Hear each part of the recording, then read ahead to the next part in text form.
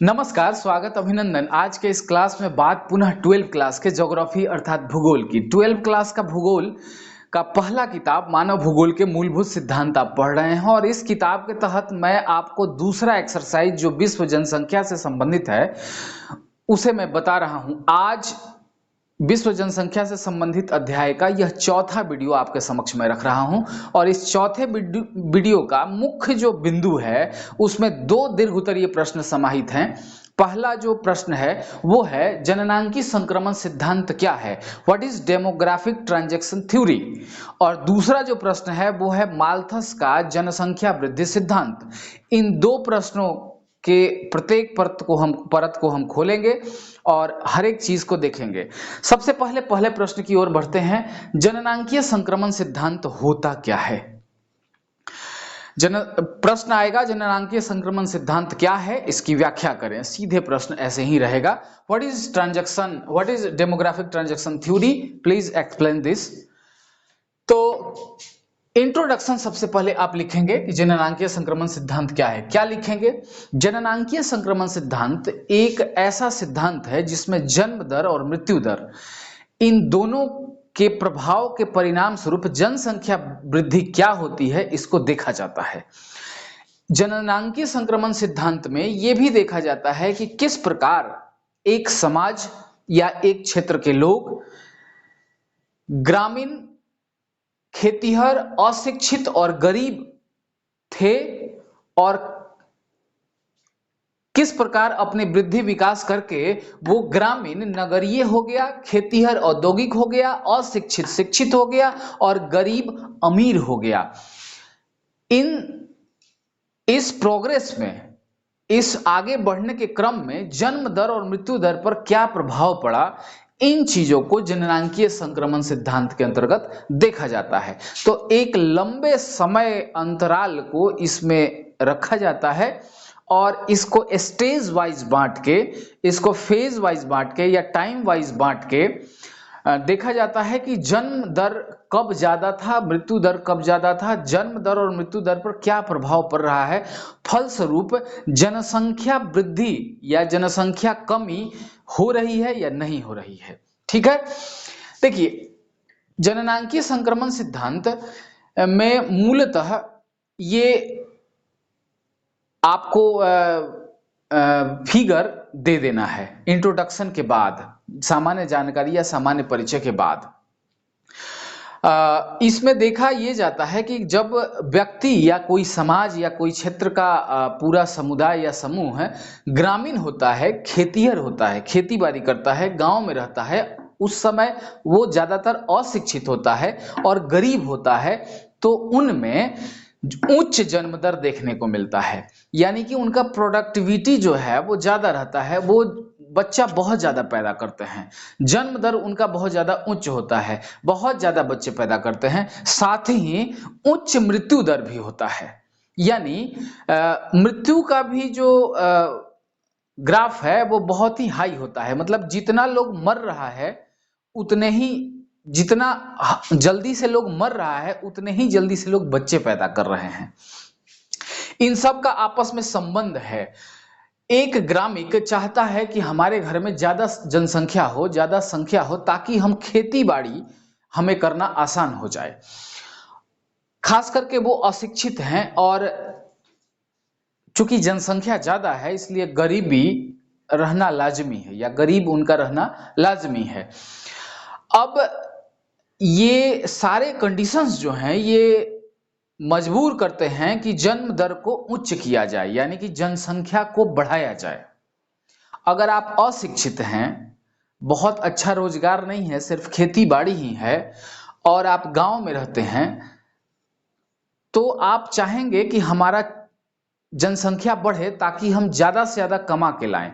यानी कि अगर 10 गो हाथ होगा या 20 गो हाथ होगा घर में, तो 10 जगह से या 20 जगह से कमा के लाएगा, तो ज्यादा कमा के लाएगा तो हम जल्दी अमीर हो जाएंगे। लेकिन उनका सोचना बिल्कुल उल्टा पड़ जाता है। जनसंख्या ज्यों-ज्यों बढ़ती है त्यों-त्यों उनकी गरीबी भी बढ़ते जाती है, क्योंकि उस जनसंख्या को जो पैदा लिया उसको, उसकी अपनी जरूरतें होती हैं और उन जरूरतों को पूरा करने में पूरा घर लगा रहता है और पूरा घर इस गरीबी के कुचक्र से कभी नहीं निकल पाता। तो देखने में ये आता है कि जिस वक्त किसी समाज का परिदृश्य ये होता है, ग्रामीण, खेतिहर, अशिक्षित और गरीब, उस वक्त उच्च जन्म दर और उच्च मृत्यु दर होता है। जबकि वही समाज, वही क्षेत्र का लोग जब एक लंबे समय के बाद अपना विकास करके वो ग्रामीण नगर में रहने लगता है, वो खेतिहर मजदूर उद्योग धंधा कर लेता है, वो अशिक्षित जब शिक्षित हो जाता है, गरीब क्या हो जाएगा, इतना ज्यादा चीज जब होगा, नगरीय हो जाएगा, औद्योगिक हो जाएगा, शिक्षित हो जाएगा, तो वो अपने आप अमीर हो जाएगा। और ये देखा जाता है कि जब ये सारे कंडीशंस जिस समाज में होते हैं, यानी जिस समाज का लोग नगरीय होगा, औद्योगिक होगा, शिक्षित होगा, अमीर होगा, तो उस समाज में निम्न जन्म दर देखने को मिलेगा और मृत्यु दर भी निम्न मिलेगा। आप देखिएगा, ज्यादा पढ़े लिखे और ज्यादा इंटेलेक्चुअल जो लोग हैं, जो अमीर लोग हैं, वो अपना बच्चा ज्यादा पैदा नहीं करता है, वो ज्यादा बच्चे पैदा करने में विश्वास नहीं करते हैं। एक दो बस यही। अनिल अंबानी का नाम सुने होंगे, या अंबानी पूरे परिवार को देख लीजिए, उनके बहुत कम बच्चे हैं। वो चाहते तो 10, 8, 12, 15 भी पैदा कर सकते थे, लेकिन उन्होंने ऐसा नहीं किया। वो जानते हैं कि अगर हम अमीरी में जिए हैं, हम रसगुल्ला खाए हैं, तो हमारा लड़का भी रसगुल्ले खाए। ऐसा ना हो कि 3-4 भाई हो जाएं और 3-4 संतानें हो जाएं और वो रसगुल्ला ना खा के लड्डू खाने लगे। तो ये एक मानसिकता है जो ये स्तर पर आने के बाद ये अपने आप निम्न जन्म दर हो जाएगा और निम्न मृत्यु दर हो जाएगा। देखिए, निम्न जन्म दर ऐसे होगा कि वो उनकी मानसिकता ऐसी हो जाएगी कि वो अपने जनसंख्या को ज्यादा नहीं बढ़ाएंगे और फैसिलिटीज इतनी बढ़ जाएगी कि मरने वालों का जो प्रतिशत है, मरने वालों का जो रेशियो है, वो घट जाएगा। तो जननांकीय संक्रमण के सिद्धांत में मूल बात यही थी। अब आगे हम लोग स्टेज भी देखेंगे, थोड़ा सा और सामान्य परिचय में आप जोड़ेंगे कि सबसे पहले जननांकीय संक्रमण सिद्धांत, डेमोग्राफिक ट्रांजिशन थ्योरी को देने वाला एक अमेरिकी विद्वान या सांख्यिकी विद कह लीजिए उनको, तो वो थे W.S. थॉम्पसन। इन्होंने 1929 में इस जननांकीय संक्रमण सिद्धांत को दिया। उसके बाद लगभग काफी वर्षों बाद F.W. नोटेस्टीन, ये व्यक्ति ने, ये भी अमेरिका के थे, उन्होंने 1945 में इसी जननांकीय संक्रमण सिद्धांत यानी कि W.S. थॉम्पसन का जो जननांकीय संक्रमण सिद्धांत था, उसको परिमार्जित किया, उसको संशोधित किया और संशोधित करके 1945 में दिया। तो ये दो व्यक्ति W.S. थॉम्पसन और F.W. नोटेस्टीन, ये दो जननांकीय संक्रमण सिद्धांत के मूल यानी कि जड़ में हैं, आधार में हैं। इन्होंने ही, W.S. थॉम्पसन ने इस सिद्धांत को दिया, बाद में इसको संशोधित करके 1945 में नोटेस्टीन महोदय ने इसको विश्व पटल पर रखा। खैर, नोटेस्टीन ने ज्यादा कार्य किया है, इसलिए जननांकीय संक्रमण का पिता F.W. नोटेस्टीन को ही कहा जाता है। अब इन दोनों ने जो इस जननांकीय संक्रमण को बताया, वो 3 स्टेज में बताया, 3 स्टेज में, प्रथम अवस्था, द्वितीय अवस्था, तृतीय अवस्था, इतना में बताया। लेकिन कुछ और विद्वान हुए जो जननांकीय संक्रमण सिद्धांत को 4 अवस्था या 5 अवस्था में भी बताए हैं। कार्ल सैक्स महोदय हैं, ये अमेरिका से बिलोंग करते हैं। इन्होंने 4 स्टेज यानी कि 4 स्तर, 4 स्टेज में या 4 तरीके से, या तरीके से नहीं, 4 स्टेज में ही इन्होंने अपना जननांकीय संक्रमण सिद्धांत दिया। यानी कि इन्होंने 4th स्टेज में इसको बताया। एक 2 और विद्वान है, ब्लैकर्स है और P.R. कॉक्स हैं। इन दोनों ने 5 स्टेज में, 5 स्तर में जननांकीय संक्रमण सिद्धांत को बताया या दिया। अब ये आपका सामान्य परिचय हुआ। इतनी बातों में जितनी चीजें आपको समझ में आई हैं वो आप सामान्य परिचय में देंगे। डायग्राम इसी तरह का सामान्य परिचय में आप बना देंगे, साथ ही इन इंपॉर्टेंट चीजों को भी हाईलाइटेड करके लिखेंगे। अब आते हैं हम लोग जननांकीय संक्रमण सिद्धांत के स्टेज पर, यानी प्रथम अवस्था, द्वितीय अवस्था, तृतीय अवस्था पर।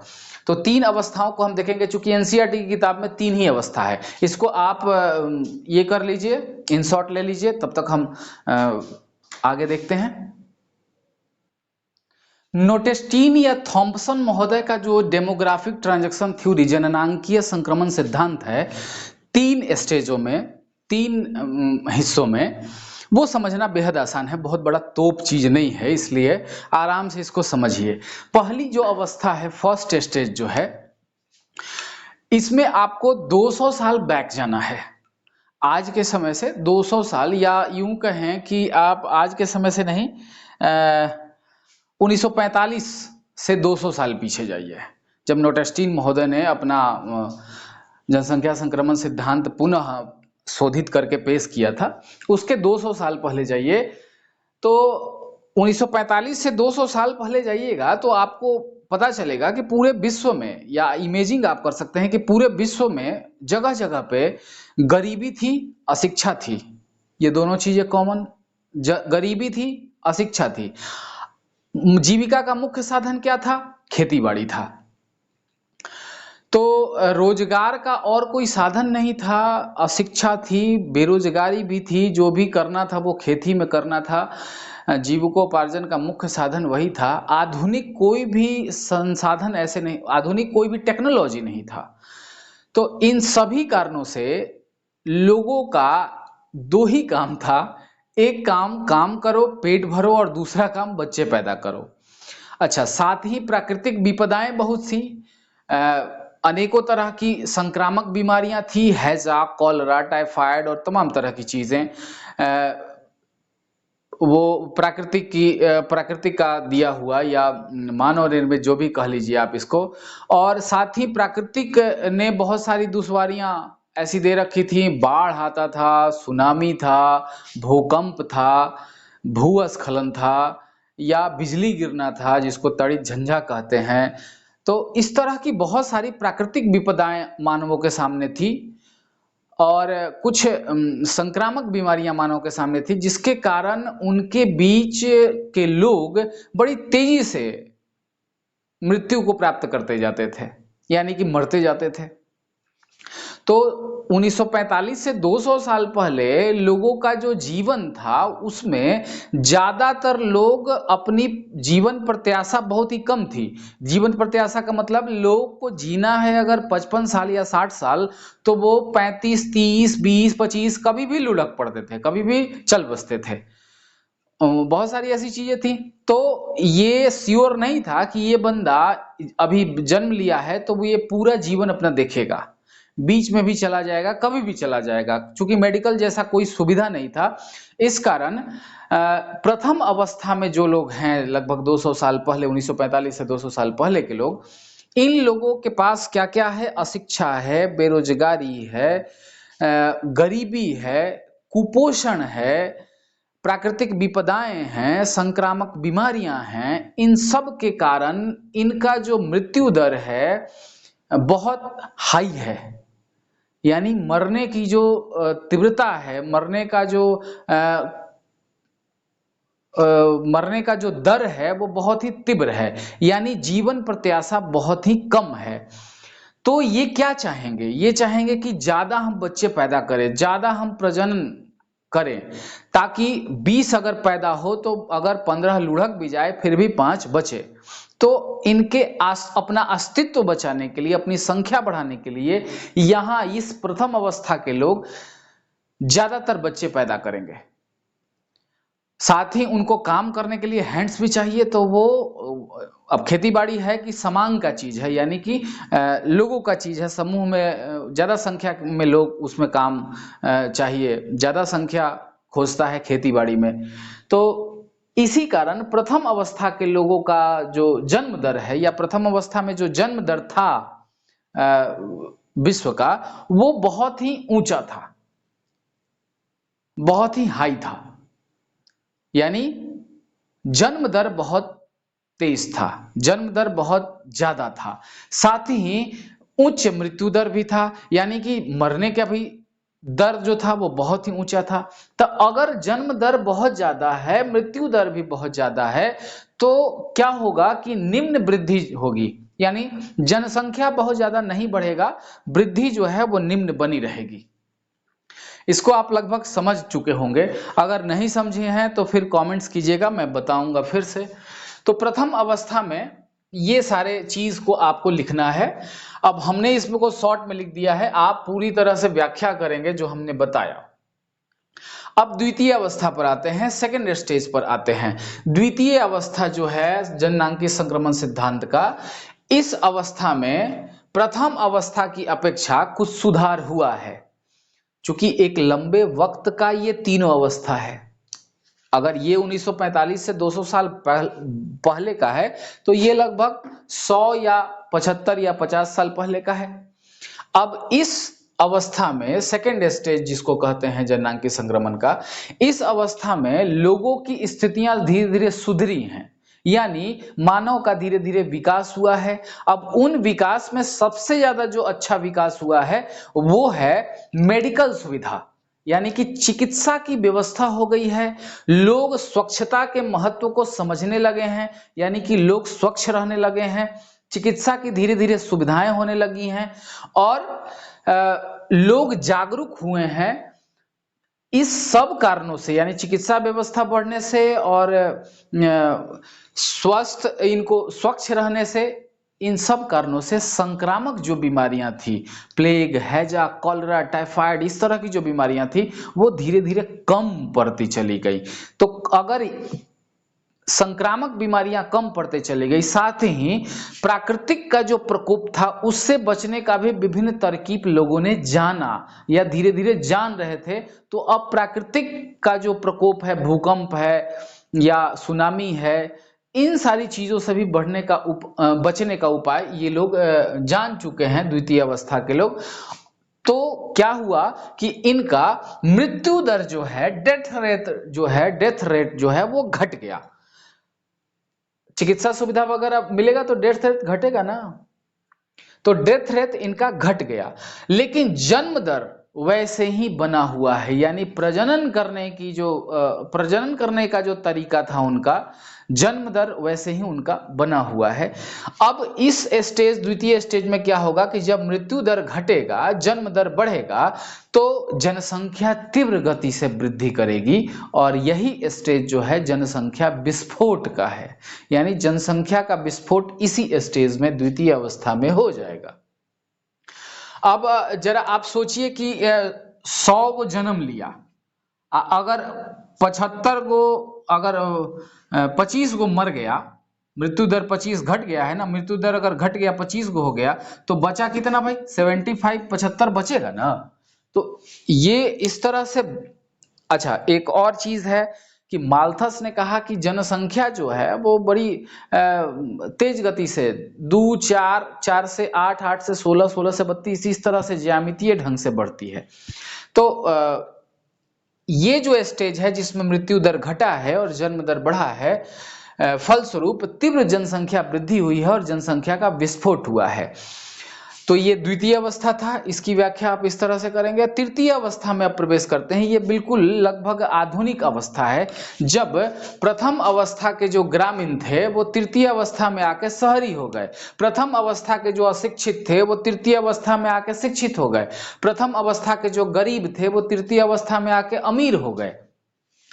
तो ये तृतीय अवस्था में स्थितियां सारी सुधर गई हैं, मेडिकल सुविधा बढ़ गया है, लोग स्वच्छ रहने लगे हैं, संक्रामक बीमारियां बहुत कम हैं और शिक्षित हैं, अमीर हैं, तो सारी सुविधाएं, औद्योगिकरण हो चुका है।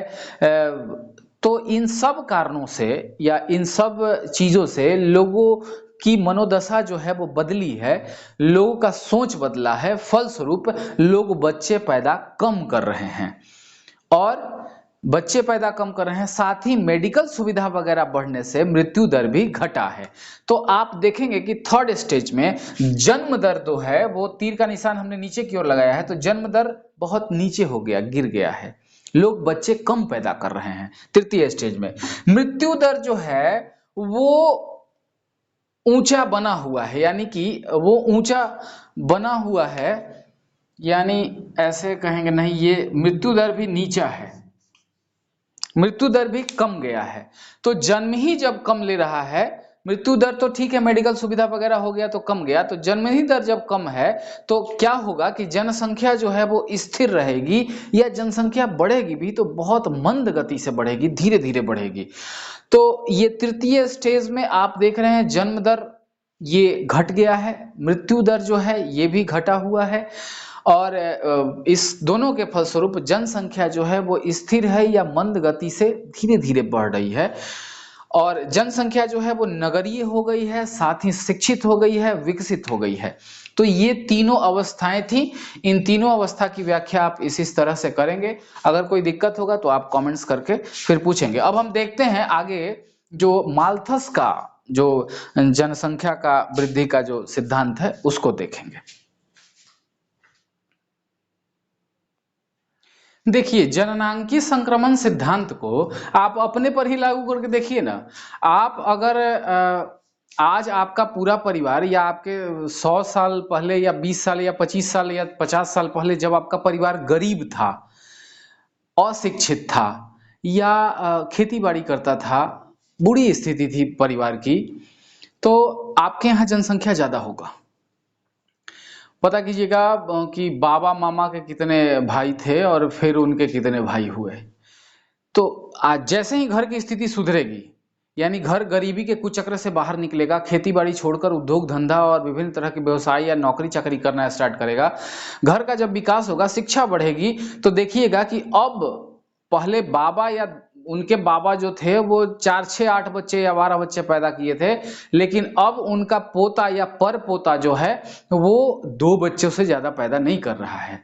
क्यों? क्योंकि उसकी शिक्षा बढ़ गई है, उसका जीने का जो तरीका है वो बदला है, और उसके बाद अत्याधुनिक उपकरण वगैरह बहुत ज़्यादा आ गए हैं, जिसकी मदद से आप जनसंख्या को कंट्रोल कर सकते हैं। तो बहुत सारे फैक्टर्स जो हैं विकास के साथ साथ आगे बढ़े हैं, जिसके कारण हम आज ये स्थिति में हैं कि जनसंख्या को चाहे जब रोक ले या जनसंख्या को चाहे जब बढ़ा ले। तो आज जनसंख्या नियंत्रण के बहुत ज़्यादा विकल्प हमारे पास हैं।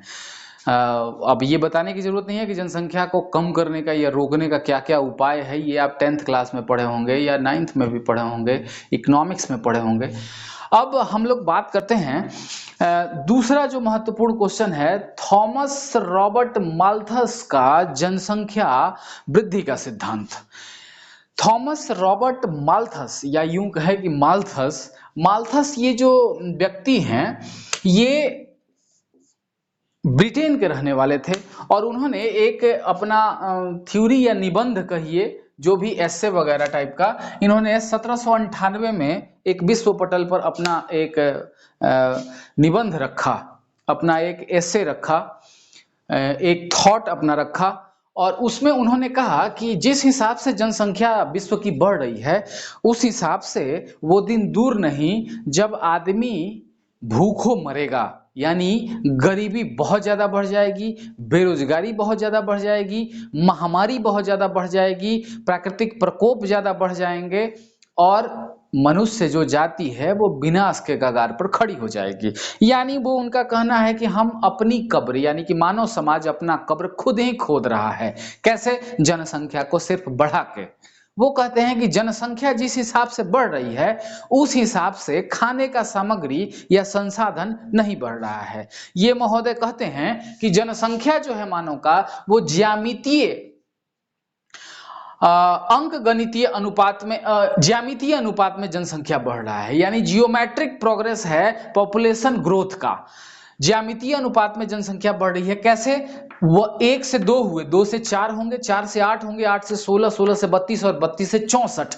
इस तरह से जनसंख्या विश्व की बढ़ रही है, बहुत सारे देशों की बढ़ रही है। लेकिन संसाधन जो है, खाने की जो सामग्री है जिसका हम रोजमर्रा के जीवन में उपयोग कर रहे हैं, वो सामग्री अंक गणितीय तरीके से बढ़ रही है, अर्थमेटिक प्रोग्रेस है उसका। वो कैसे बढ़ रही है? 1 से 2, 2 से 4, 4 से 6, 6 से 8, 8 से 10, 10 से 12, यानी कि 2 आगे बढ़ रहा है, और इसमें जो है वो दुगना आगे बढ़ रहा है। यानी जनसंख्या जिस हिसाब से, जिस ज्यामितीय अनुपात में बढ़ रही है, अगर ऐसे ही बढ़ते रही तो वो कहते हैं कि आफ्टर 200 ईयर, यानी कि 2 200 साल बाद जो जनसंख्या और खाद्य सामग्री का जो खाते पीते हैं उपयोग करते हैं उसका अनुपात जो होगा वो 256:9 हो जाएगा। यानी कि खाने वाला सामान, पीने वाला सामान या जो भी आप यूज कर रहे हैं वो सारे संसाधन जो है वो बहुत ज्यादा कम जाएंगे, जनसंख्या ही बहुत ज्यादा हो जाएगी। वो ये भी बात कहते हैं कि आफ्टर 300 साल बाद, यानी कि 300 साल बाद क्या होगा कि ये अनुपात बढ़ के 4096:13 हो जाएगा। यानी कि जनसंख्या 4096 बढ़ेगी और खाद्य सामग्री जो है वो मात्र 13 ही बढ़ेगा, तो ये अनुपात हो जाएगा। तो इनका मुख्य फोकस जो है माल्थस महोदय का, इनका ये कहना है कि पॉपुलेशन ग्रोथ जिस हिसाब से बढ़ रहा है विश्व का, उसको रोकना बहुत जरूरी है।